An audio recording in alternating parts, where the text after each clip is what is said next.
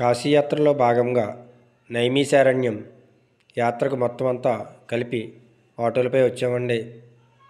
ఇక్కడ నైమిషారణ్యం రుద్రకొండ మహానది ఉందండి. ఇక్కడ మహాశివుడు నది గర్భంలో ఉంటాడండి, ఎవరికి కనిపించరు. అలాగే మహానందీశ్వరుడు కూడా ఉన్నారండి, అంతా నదిలోనే ఉన్నారండి. అలాగే మనం వెళ్ళే దారిలోనే పక్కన చిన్న చిన్న షాపుల దగ్గర ఫ్రూట్స్ అమ్ముతున్నారండి. ఫ్రూట్స్ మారేడు దళాలు అమ్ముతున్నారు. అలాగే మనం ప్లేట్ 50 రూపాయలు తీసుకుంటున్నారు.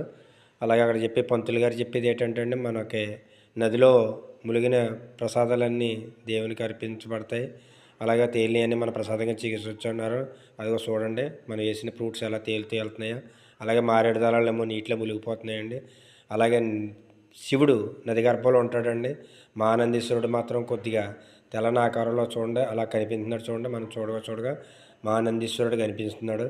ఆ నందీశ్వరుడి దర్శనం కూడా అయ్యాక అలాగే పాలు పోస్తుంటే ఏకదారిగా వెళ్తున్నాయి. మొత్తం భక్తులంతా రుద్రకొండని దర్శనం చేసుకుని అలా పక్కన చిన్న దేవాలయం ఉన్నది, అక్కడికి వెళ్ళి అంతా మేము దర్శనం చేసుకున్నాం. ఓం నమః శివాయ, హర హర మహాదేవ, శంభో శంకర.